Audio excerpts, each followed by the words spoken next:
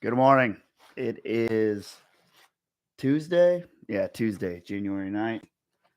And yesterday we left off on Sarai, Abram's wife, getting triggered that Abram, well, let me back up. Sarai, Abram's wife, offered Abram some help, I guess you could say, by offering her maidservant to Abram to impregnate in order to bear a son, which would be fulfilling the promise that God told Abraham. And it kind of seemed like it may have been done out of a good place, but it was done kind of haphazardly, I guess, because I noticed earlier earlier in the chapters it didn't really when God told Abram, his name changes from Abram to Abraham later on. When God told Abraham, I'm just going to refer to him as Abraham. When God told Abraham that he is going to bring about a great nation, and he'll be the father of many, and his seed will be as numerous as the stars in the sky and all that. There wasn't really much detail as to how it's going to come about. And it's noteworthy. I'm sure a lot of people have heard pastors say how when Abraham was called forth initially, God was God was just like, Abram, leave your homeland, leave the people you know, leave everything to a land that I will show you. So Abraham didn't even know where he was going. He just had to go.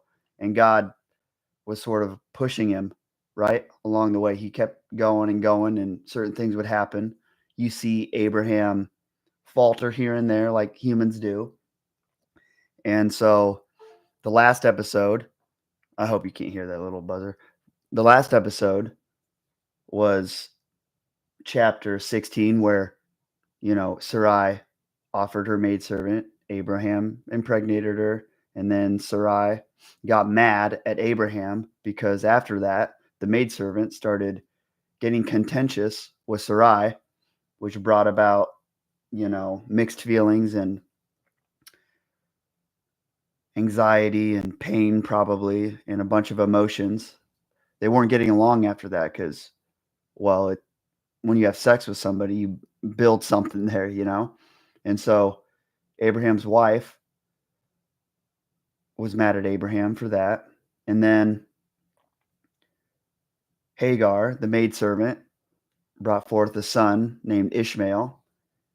And we'll pick up from there. This is chapter 17, and this is titled I guess in the Bible here. In my Bible, it's chapter 17. The top of it, I'm in Hebrews. I was reading that before I came on this morning, early in the morning. Where was I at?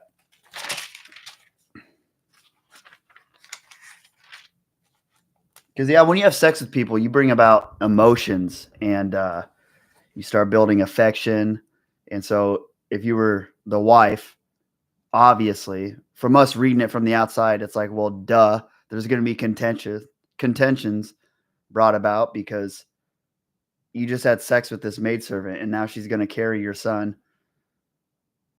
So obviously the wife and the maidservant now are going to have some mixed feelings about each other. You would think that, right?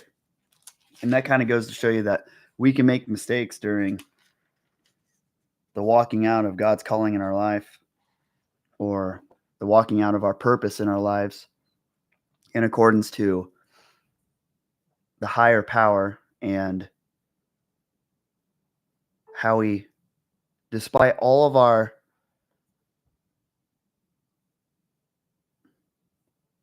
having the best interests at heart, we can still stumble. And people won't understand. Even when they try to help us, it can turn into something bad. And I just keep seeing over and over in the story how God is like pushing Abraham and towards the land that he will show him, towards his calling, towards the promised land, I guess you could say metaphorically here. And things keep happening around him, even things done from a good place. And God loves him and corrects him. and brings about, there's a process to bringing about the things that you dream of, right? So we'll start in chapter 17.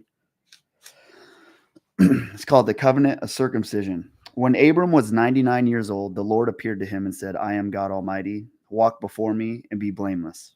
I will confirm my covenant between me and you and will greatly increase your numbers. When he says greatly increase your numbers, I assume he's speaking on his tribe, because he said he was going to multiply his seed, for lack of better words, and he'd be the father of a nation. Picking up at verse 3, Abram fell face down, and God said to him, as for me, this is my covenant with you. You will be the father. One moment, I got to adjust this volume on this thing over here, I think. I'm going to shut off my PC. My work PC keeps going off. And it's done now. All right, verse 3. Abram fell face down, and God said to him, as for me, this is my covenant with you. You will be the father of many nations. No longer will you be called Abram. Your name will be Abraham. Thank you, Jesus, because it's a struggle reading these stories like live, and I'm used to its name being Abraham. Okay, good, we're there. You will no longer will you be called Abram. Your name will be Abraham, for I have made you a father of many nations. And I will make you very fruitful. I will make nations of you, and kings will come from you. I will establish my covenant as an everlasting covenant between me and you and your descendants after you for the generations to come, to be your God and the God of your descendants after you. The whole land of Canaan, where you are now an alien, I will give as an everlasting possession to you and your descendants after you, and I will be their God. Can you imagine receiving this word from the Lord? Especially given the context now, at this place in the story, he's 99, it says at the beginning of this chapter. I wonder how long after. Okay, so right here in verse 15 in chapter 16, just for context, the last verse of the previous chapter, it says, so Hagar bore Abram a son, and Abram gave the name Ishmael to the son she had born. To the son she had born. Abram was 86 years old when Hagar bore him Ishmael. So it's been 13 years since he got the maidservant pregnant.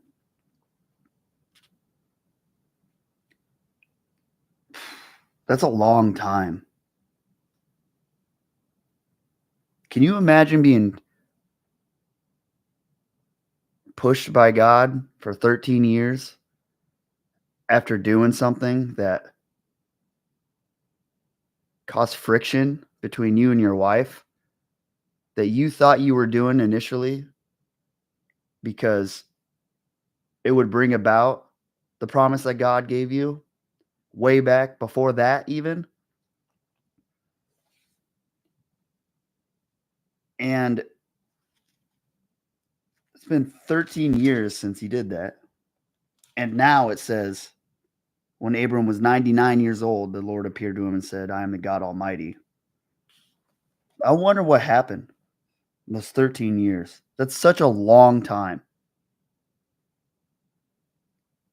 And you got to think, even when Abram was first initially called, back in like verse or chapter 12, or was it?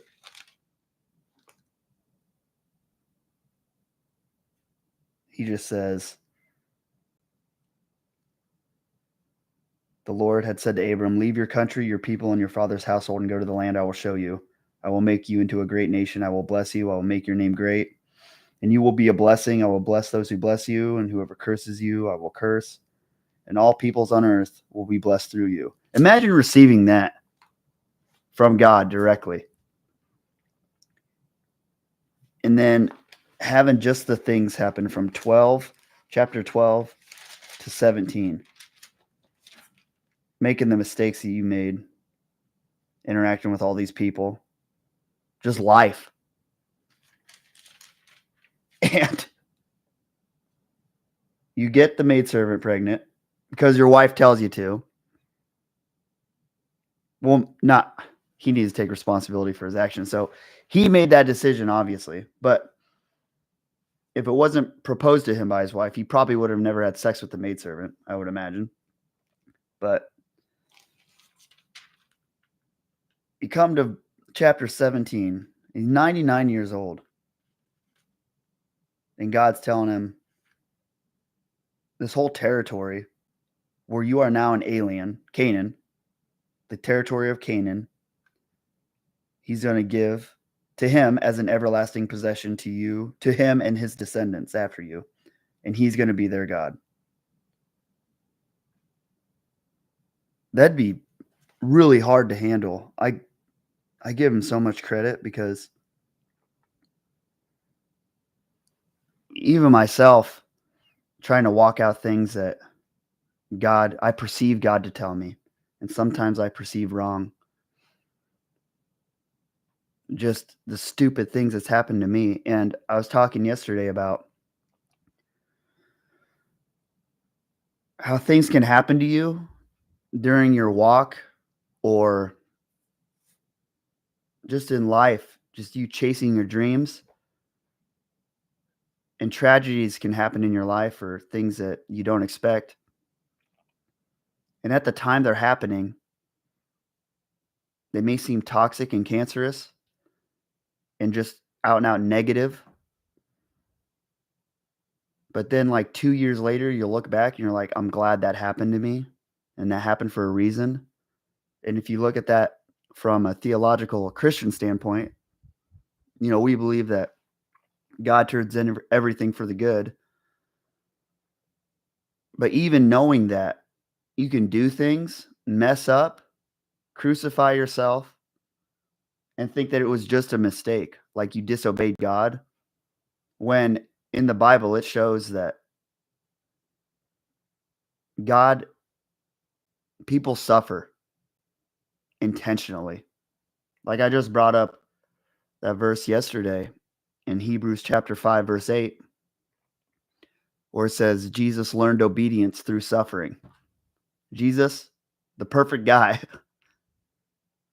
That's a really powerful verse. I'd never even heard it before. And it really blew my mind a little bit.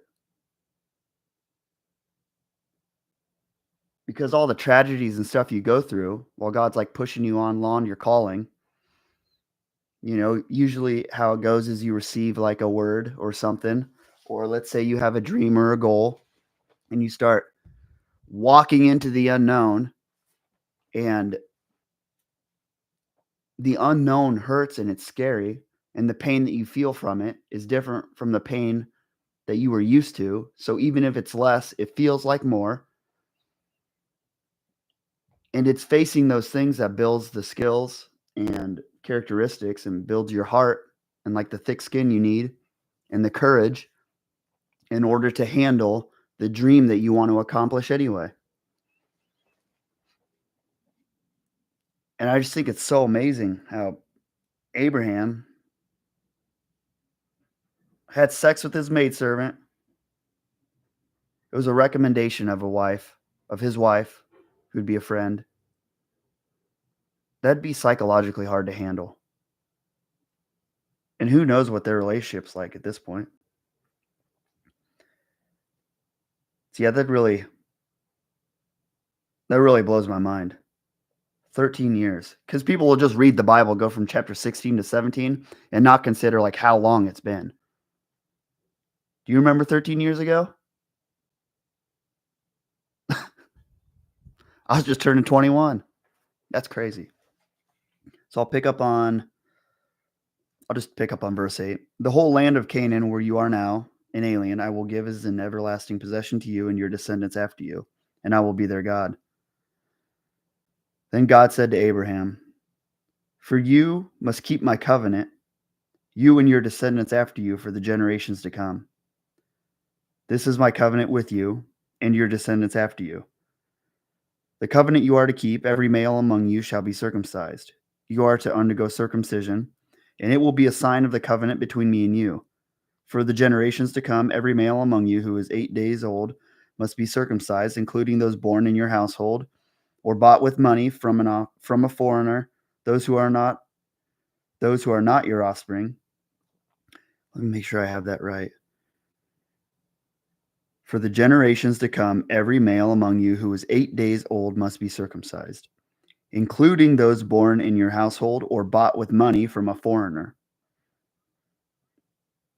So he's saying biologically, those who are related to you biologically or in your household need to be circumcised or need to go through this ritual as a sign of them being under the covenant that he is proposing to him right now.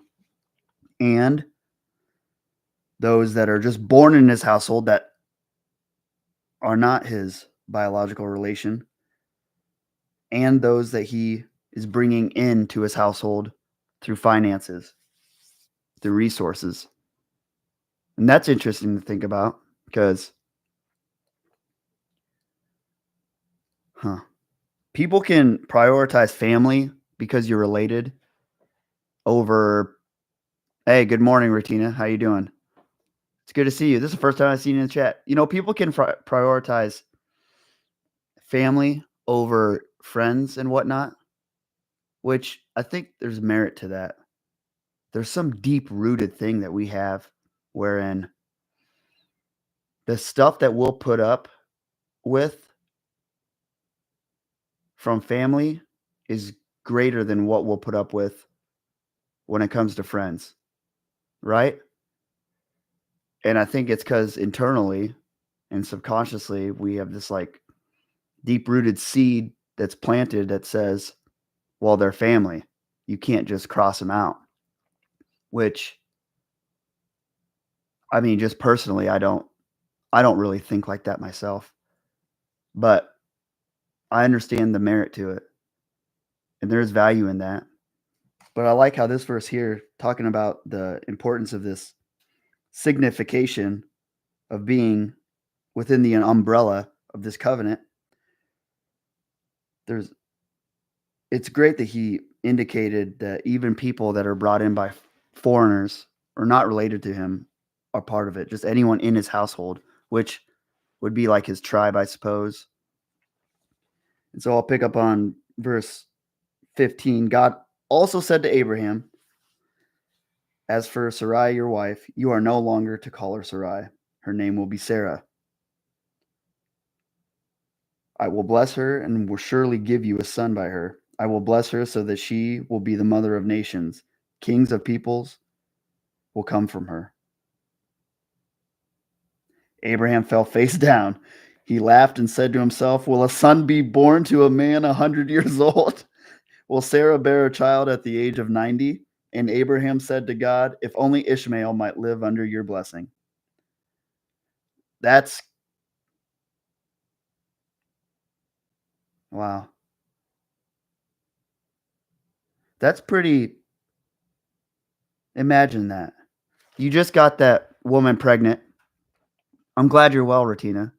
You just got that woman pregnant, not just, like 13 years ago. And so that's a long time. And God finally follows up on this promise that he gave to him how many ever years ago in total. And finally,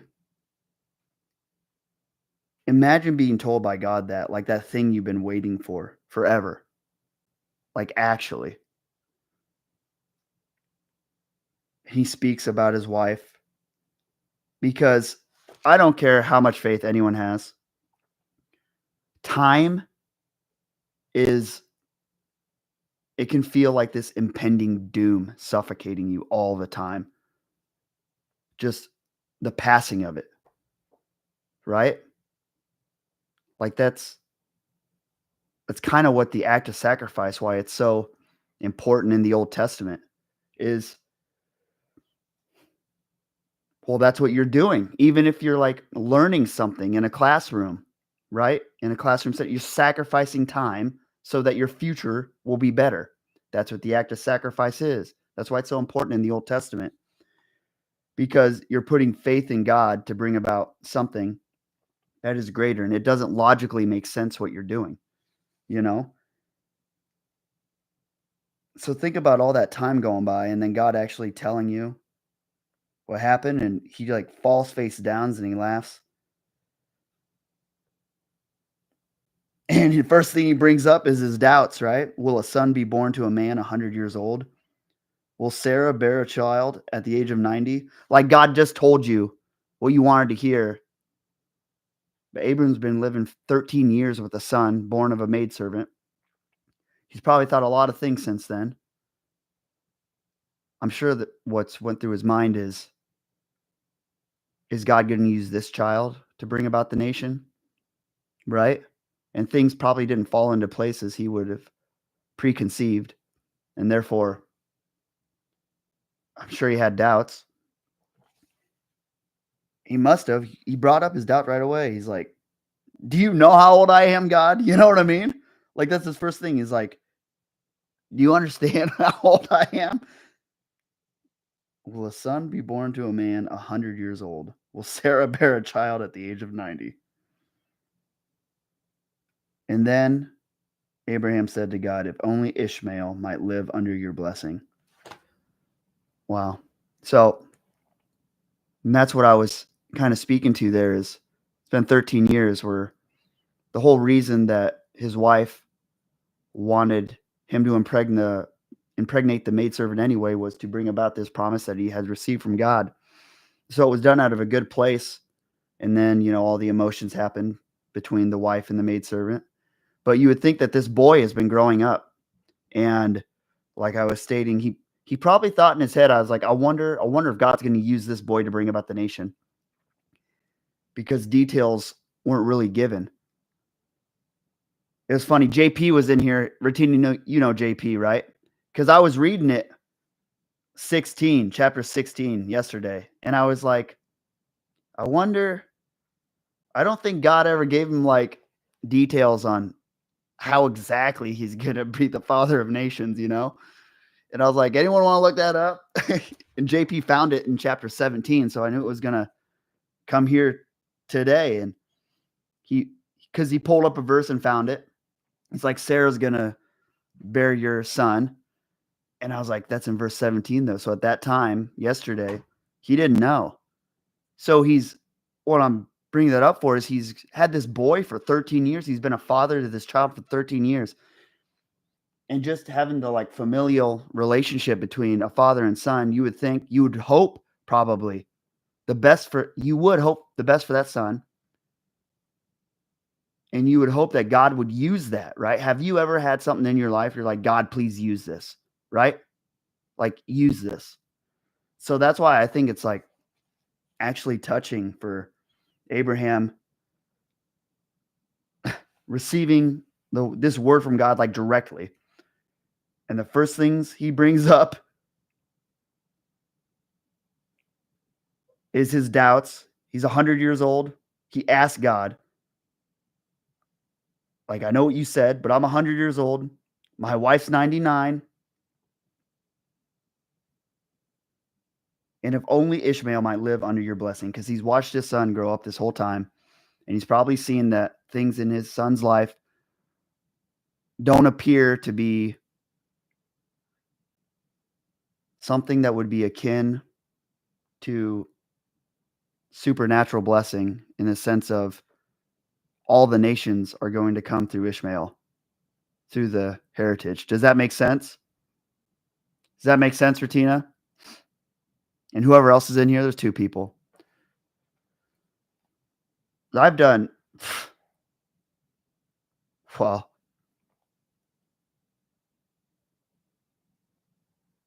I've tried to make things happen in my life and use things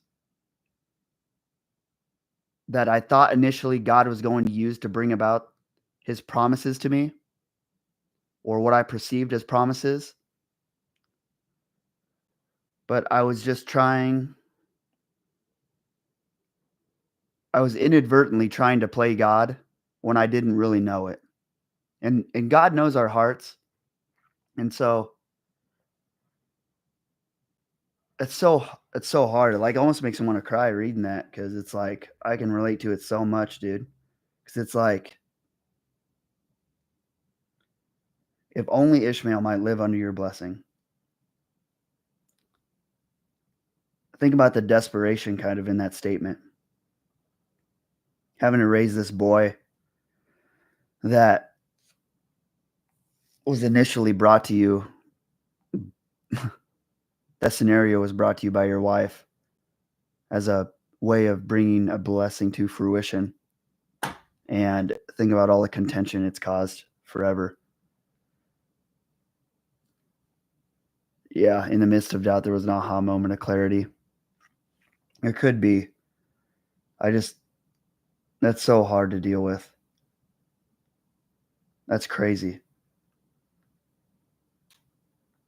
And then right after that, I'll just pick up at 19. Then God said, yes, but your wife Sarah will bear you a son, and you will call him Isaac. I will establish my covenant with him as an everlasting covenant for his descendants after him. And as for Ishmael, I have heard you. I will surely bless him. I will make him fruitful and will greatly increase his numbers. He will be the father of 12 rulers, and I will make him into a great nation. But my covenant I will establish with Isaac, whom Sarah will bear to you by this time next year. When he had finished speaking with Abraham, God went up from him. On that very day, Abraham took his son Ishmael and all those born in his household or bought with his money, every male in his household, and circumcised them as God told him. That would hurt. Right? That would hurt. I think that gets kind of glossed over today. That subject of pain bringing about blessings from God. There's in the New Testament, it's stated and described that circumcision and certain ritualistic things that were done in the Old Testament they're not a hard line between if you're a Christian or not, or if you are a son or woman of God, or son or daughter of God or not. And so it's not like if you're uncircumcised, God can't use you, right?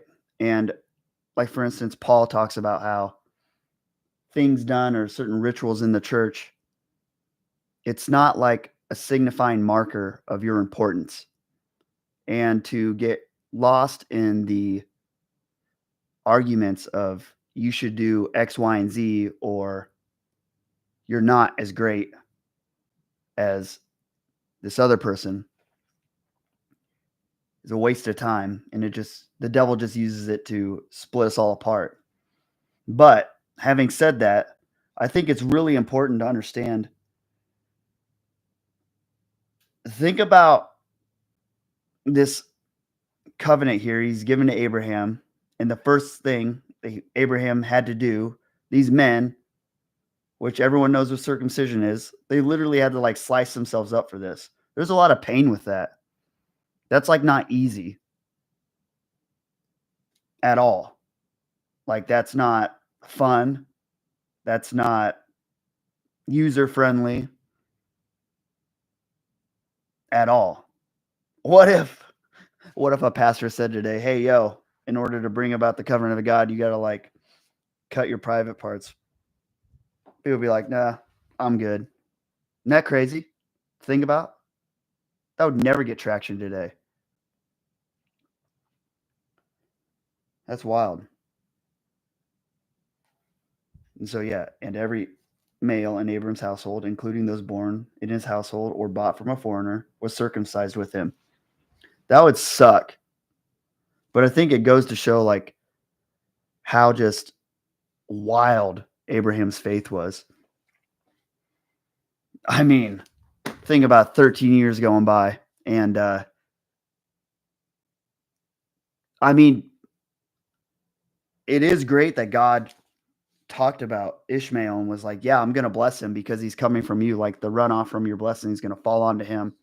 And that's amazing that God like honored that, like that request. That's amazing because what that kind of shows to me also is God so good in this depiction that God takes the time to detail that, Ishmael, he says, I have heard you. I will surely bless him and make him fruitful and will greatly increase his numbers. And he will be the father of 12 rulers. And I will make him into a great nation. But my covenant I will establish with Isaac. And why that's so good to hear, because Abraham requested something that was outside of God's plan for him, and he honored it anyway. And that makes me very happy to hear, because even your mistakes can be transformed into blessings at God's request, at your request to God, right? And that's incredible.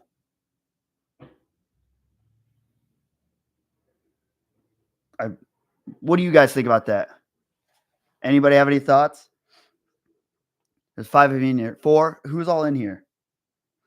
Then God said, that's great.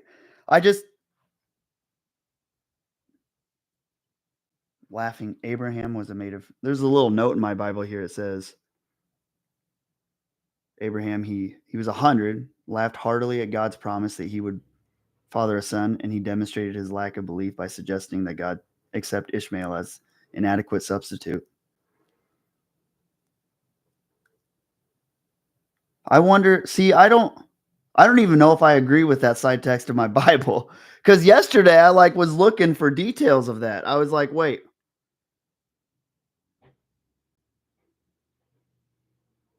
did God really tell Abraham how this was going to happen? I thought that was the whole deal. I got to be missing something. Is there someone that knows the Bible greater than I? I couldn't find any details about how it was going to happen, like how he was going to bring about the nation. And so him trying to get God to accept Ishmael as an adequate substitute, I guess he did do that, but he didn't knowingly do that. Right? I don't think he did. From everything I've read so far, I don't think he did at all. It doesn't seem like it anyway. I could be wrong. It just seemed like he wanted, and I can relate to this, he wanted so bad to get what God had told him that he was willing to do anything. I mean, obviously, right here, he's circumcising all these guys right afterwards. So he's willing to go through great pain and do extreme things in order to bring to fruition the stuff that God has spoke to him.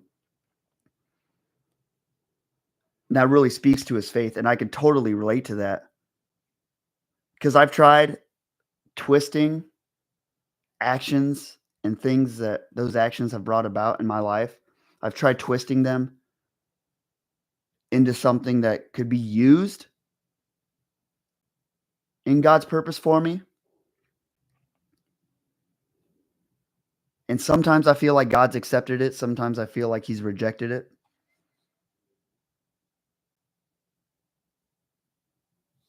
That's interesting, though. I didn't read it like that, laughing at God. I really didn't. He demonstrated his lack of belief by suggesting that God accept Ishmael as an adequate substitute. I looked at it as he's been 13 years with this boy that he just was raising. I guess it is it could be seen like that too. Because he brought it up, if only Ishmael might live under your blessing.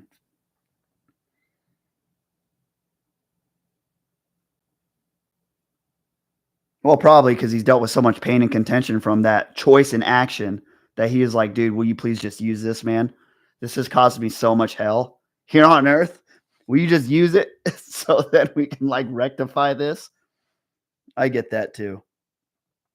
Yeah, that's amazing. It really is. What I love about the story of Abraham is how God, especially now with that depiction, God has been using the things that he has done and even the mistakes, even the happenstances, even like the scenarios and offerings of others, his friends, family, and whatnot, to do things that seem good on the outside, but they weren't really exactly what God wanted. God still like pushed him forth.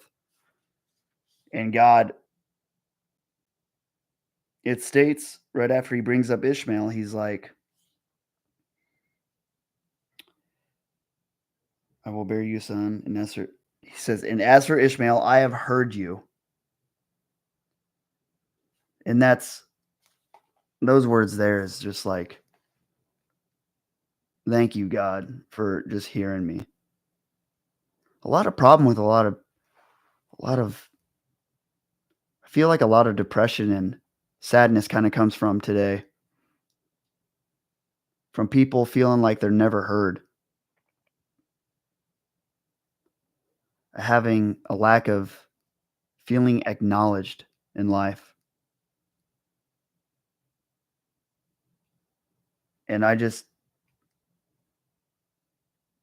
really grateful that we serve a God that hears us, like through our mistakes, sees our mistakes, understands what we're going through in a way that we can't really perceive because he's outside of our logic and reason, which, as I was stating yesterday, that's why I believe that the Christian belief is the best belief you could have when interfacing with the world, because when you serve a God that's outside of logic and reason, the things that happen in our life, sure, you can blame it on him, but also you understand that he has a greater purpose for you. And therefore,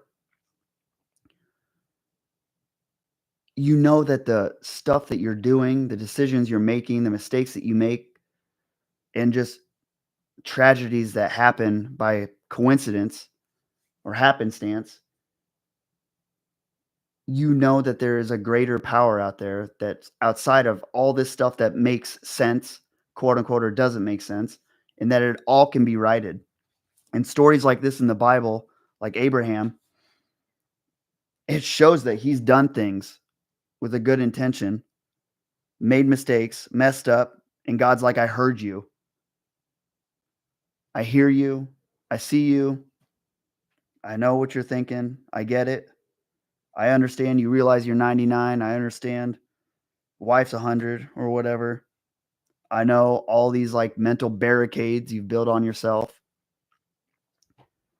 but I hear you. Kitty, don't do that. He's like, but I hear you, you know? Hey, Jacob, how we doing? God's like, I hear you. And that's so good. Because sometimes in my suffering, I just want to be heard, to be honest with you. Sometimes I don't even want an answer. I just want to be heard. I mean, I am a guy that kind of has a predisposition to want answers, regardless of how it feels. I probably fall on the side of,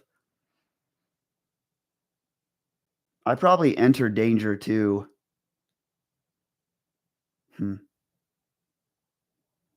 I'm probably too quick to enter danger in search of revelation, to be honest. Because, yeah, I firmly believe that, well, I know that suffering brings about obedience and it builds the skills and whatnot that you need in order to gain revelation. Like, that's what the act of sacrifice is in some sense, too. We tend to get angry with God. Yeah, we do. Yeah, we do. God is so good, but when it doesn't go our way, we tend to get angry with him. Yeah, we do. And I'm sure you would imagine Abram probably got angry with God, right? Think about being given a promise from God and then not seeing stuff happen for how long? For that would seem like forever. Like just between him like knocking up his maidservant to this word right here, 13 years. Like that would seem like forever. That's kind of scary, honestly, because God's times table is different than ours. And yeah, we can get mad at him. I have before. I just was like, I don't know how long ago. Well, it's more complicated than that because even though I'm like angry, I'm never really angry with God because I just firmly believe that his understanding is so outside our like perspective that I can't. Because I feel like if I mentally can like move my mind in a way where I'm angry with God, my whole belief system kind of falls out onto the floor because I believe he's outside of my logic and reason. So, and maybe this is why my faith is so big in that if it's outside of my logic and reason, then I have to understand all this stuff down here. It is just temporary. And someday I am not going to wake up or I'll just get X'd out through some circumstance in life. And, you know, I understand that he sees all this stuff. He knows all this stuff, right? And it's a hard pill to swallow, but the stuff that's happening in my life, like there's so many other people on this world that have callings in their lives. They're going through crazy things too. And there's people that are even way worse off than that in countries that don't have the amenities that we do, right? They don't have the good life that we do. They deal with struggles that we can't even think about. And it's like the stuff that happens in my life, I really try hard not to get angry with God because it really does kind of just make my whole belief system fall out onto the floor. And having said that, I do know God can handle our anger, obviously. Like he's a big boy. He doesn't need anybody to hold his hand, right? So he's able to do that. And you see that through like the story of David, who said to him, a lot of people in the Bible are depicted as having like a heart of David, or you know what I mean? Or a heart. What was David's heart depicted as? Like when it comes to having good hearts, David is like the character that has the characteristics of the heart that we should strive to attain, I would say, besides Jesus, of course. And he said some crazy stuff to God, like telling them, like, hey, you know, this person, I hope they never bear children. Like, you know, like he prayed for bad things to happen to people. If I'm remembering right, like he did. Like, that's crazy. And God can handle it. And it shows that character God loved his heart because he was honest. So when I say I don't get angry with God, I would say I get angry and I have felt myself like slipping towards that perspective and mindset before, but I always like shifted. I'm like, no, it's not. I can't be angry with him. He's the only reason I'm here. Right. And maybe that's also part of because I should be dead because I got jumped by people, right? Like I was a victim to like attempted murder. So it's like, meh. Having that viewpoint, even now, all the suffering that we go through, I'm just like, yeah, it'll be all right. 25 years? What's 25 years? Was it 25 years from when Abraham first received his promise? That's a long time. 25 years is a long time, dude. That's forever. I wouldn't ever want that. Think about that. Receiving a promise from God and then 25 years later, okay, now we're good. And think about this. 25 years God's been watching. And God's seen him do this stuff. God's seen him insert himself into the maidservant physically. He's seen all this go down. He's seen that plan being presented to him. And God didn't bring about a miracle to stop it. And this is the father of his like chosen people, right? Think about that. He didn't like make a mountain come crumbling down to stop it. Yep. Okay, so dude, so much time. He didn't make a mountain come down to stop that. And this was like God's chosen dude at that time, right? To bring it to be the father of all nations.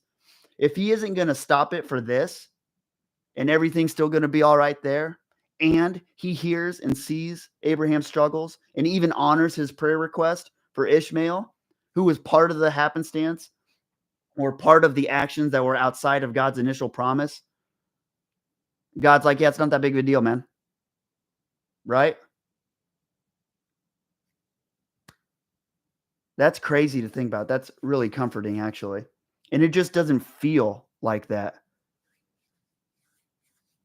Yeah, well, halfway through he caved in. Kind of. I mean, did he? He did. That's complicated. Because think about this. Yes, he caved in, kind of. But what if his wife presenting that to him, what if he thought that was God making the move through her? And believing that it was God through her was an act of faith. What if that was his perception or perspective or his takeaway on it? I've thought stuff was God a billion times. It wasn't. So I don't know if I would say he caved in, or he could have just caved in, period. He could have just known it was bad. I don't know. I'm not Abraham. I wasn't there. But I'm just saying, it's like, man, it's so good that God was able to talk to him and acknowledge him, tell him that he hears him, sees all these struggles, and still bring about the promise. Way past when it's logical that it should have happened anyway. Way past that. Way past it.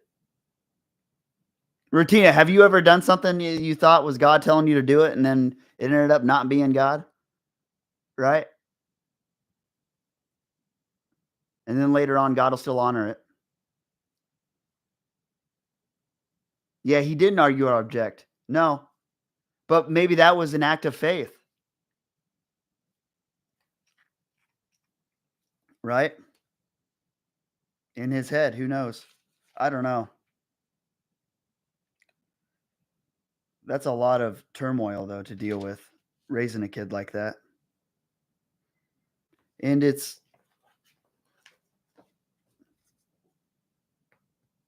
he has a lot of resources right now, too. People in his household that aren't his. He has an army that he defeated kings with, like earlier in the chapter. He's shown that he doesn't idolize money and he doesn't accept things from other sources because he gave a tenth of his profits from that battle with the kings to that one king, because he said that I don't want anyone to think that what I have is not from God. Thank you, God. So I just realized Paul did the same thing. Paul in the New Testament, he says that he never wants to be able to say that he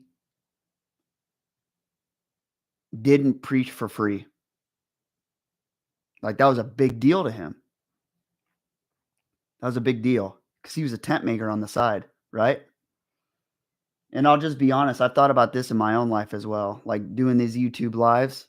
I've said this in a previous episode. It's like I don't really want, at this point in my life, and my perspective may be wrong, but I really don't want to accept money for like talking about God.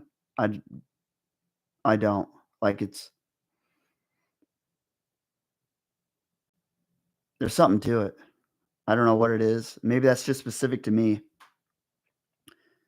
But that's also why I go so hard in like programming, because in my career as like a software developer, so I can get financial influence there. And of course, like if this gets monetized or whatever, it would come in there, but it's not like direct. But that's because I'm promoting YouTube by extension, right? And it's not the same. I don't think it's the same as like receiving money into your own hands directly from something like that. But that's complicated because people can just do it as like a token of appreciation. But it's also Abraham rejected it outright. He rejected it. Right? That's interesting to think about.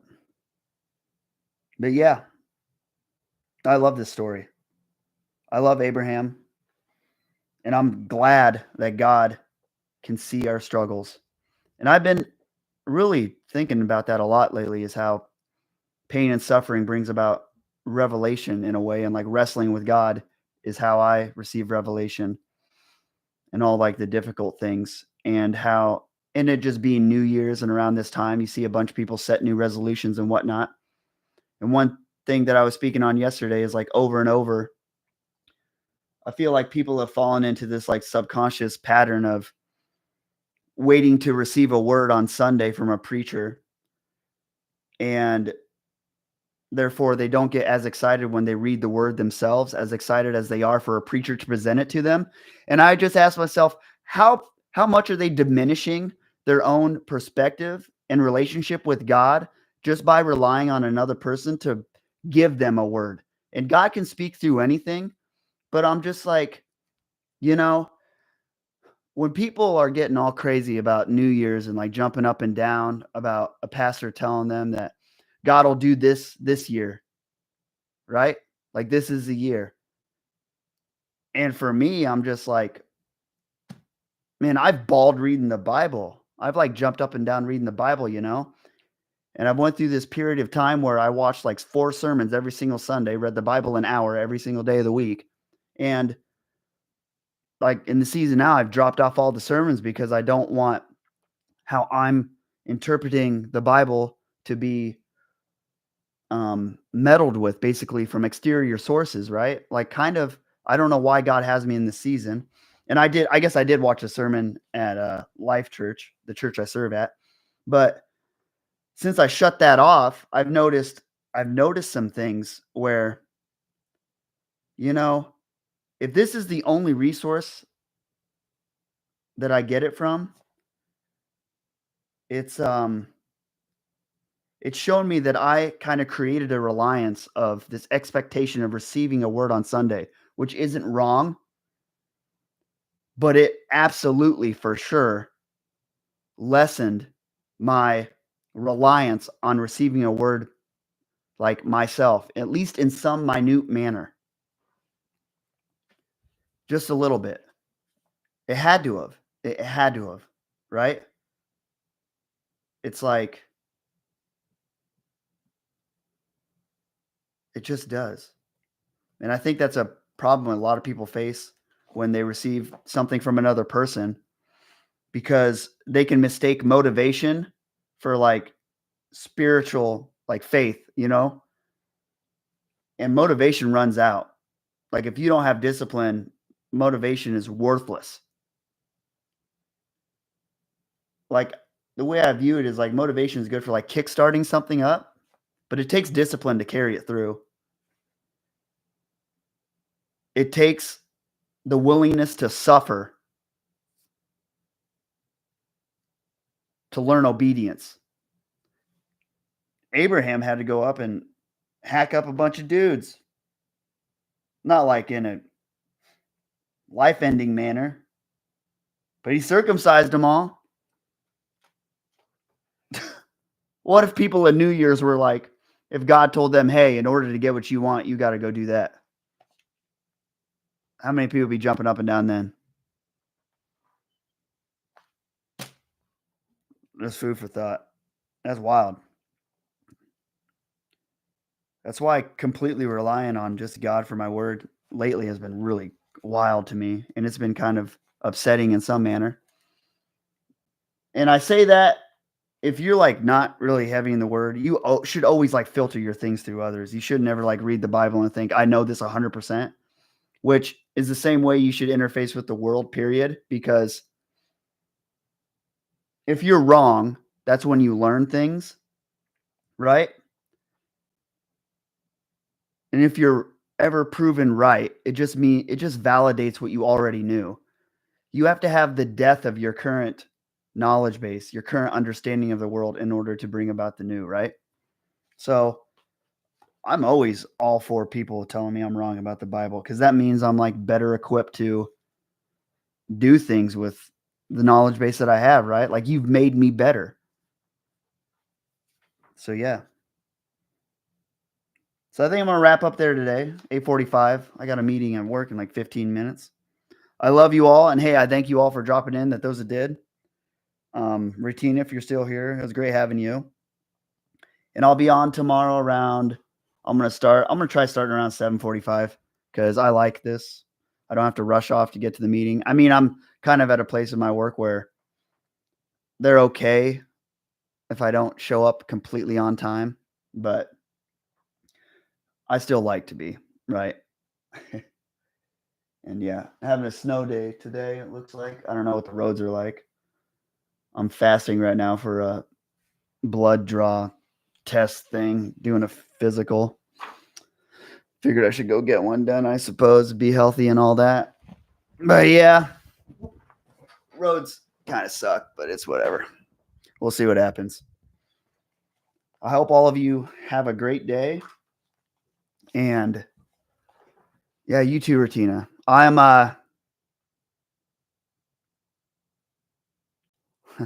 there's gonna be some like Retina, you'll see some changes, I guess, coming from me, I guess. In regards to some things we're involved in together. You know, sometimes God will call you to places that's very uncomfortable. And that verse, that Hebrews chapter 5, verse 8, depicting Jesus as learning obedience through suffering, and he was the perfect person on earth. For one, well, I'm not going to go into how he learns, but sometimes things that are good for you in one season can create codependency in another when God is bringing you along this path, right? And sometimes in order to be who God has called you to be, you have to be that in its wholeness of itself without the reliance on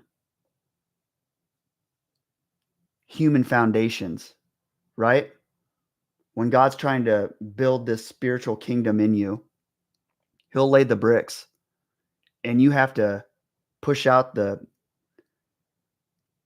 support systems of the ones that got you there because they were temporary and they were intentional for their season. And it's scary and they're suffering with it. And sometimes it's sad, but it's also super exciting because just like here in Abraham, God hears us, he sees us. And thank you, Jesus. So yeah, I'm gonna end there. I love you. I'll be on tomorrow, 7:45. You have a great rest of your day, and I'll see you tomorrow. Hopefully, I love you. Peace.